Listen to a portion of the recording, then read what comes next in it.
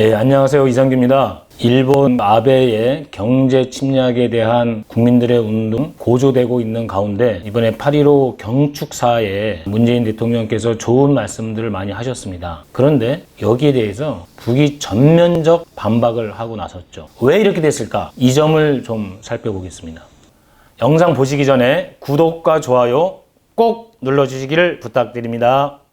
지난번 판문점에서 남과 북, 미국의 정상이 만남을 가졌죠. 문재인 대통령이 역할을 잘했다 이런 평가가 나왔고요. 새 정상이 환하게 웃는 모습 역시 사진에 잡혔습니다. 그런데 그 이후에 정부 측에서는 어떤 희망이 좀 나왔었냐면 8.15 때 김정은 국무위원장이 답방을 할 수도 있는 거 아니냐, 서울 답방을 이번 기회에 한번 성사시켜보자는 이야기가 나왔고, 그래서 일부 이것이 보도가 되기도 했습니다. 그런데 최근에 한미 합동 군사 훈련도 그렇고요. 8.15 경축사에 대한 북의 반응을 놓고 보면 청와대는 지금 완전히 헛다리를 짚고 있는 것이다. 즉 북의 최근 일련의 흐름들에 대해서 몰라도 너무 모르거나 아니면은 완전히 딴죽을 걸고 있는 둘 중에 하나일 가능성이 많다는 겁니다. 이 과정을 한번 살펴보면요. 5월 달에 중국 심양에서 6.15 위원회 남북 해외가 만나서 정책협의회를 하기로 했습니다. 그런데 선발대가 출발했는데 북에서 연락이 왔죠. 취소하자. 그래서 선발대가 가서 직접 만나보니 북측의 입장은 뭐였냐면 한반도에 관련한 근본 문제가 해결되지 않고서는 다른 교류를 할 수가 없다. 지금 남측 정부가 상황을 심각하게 만들어가고 있다. 이렇게 발언을 했어요. 근데 그 이후에 아주 어려운 가운데 두 가지 민간 교류가 성사가 됩니다. 전부 다 7월 달에 있었던 건데요. 그 하나가 한반도 에큐메니칼 포럼이라고 해서 기독교 쪽의 이제 행사인데, 세계 기독교 교회 협의회가 주관해서 남과 북의 기독교 교회 협의회뿐만 아니라 전 세계의 여러 기독교 단체들이 모이는 행사입니다. 근데 여기서 공동 성명을 채택을 하는데 그 공동 성명 내용에 이렇게 돼 있습니다. 한반도 주변 정세를 긴장시키는 침략적 합동 군사 훈련을 은폐된 형태로 강행하는 것을 규탄한다로 되어 있거든요.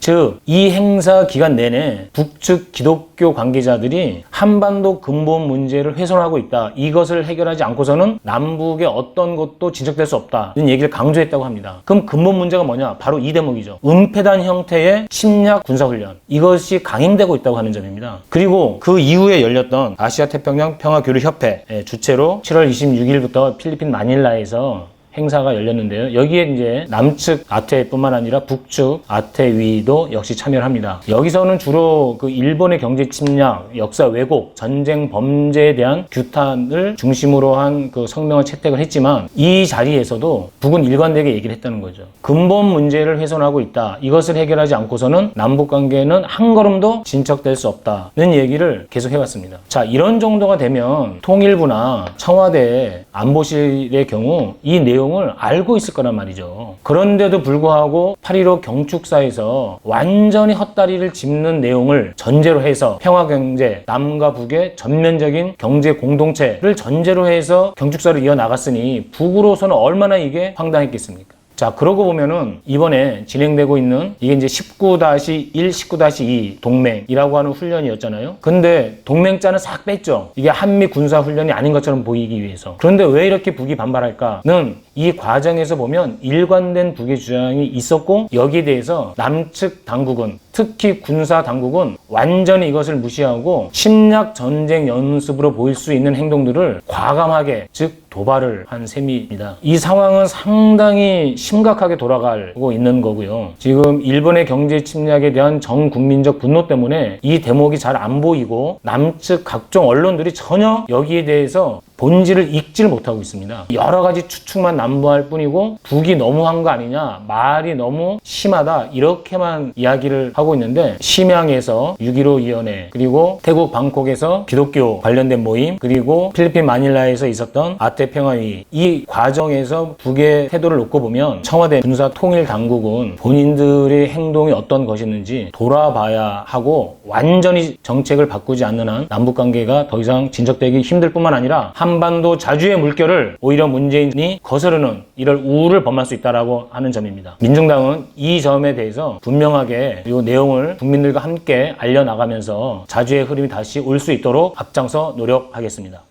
구독 땡큐.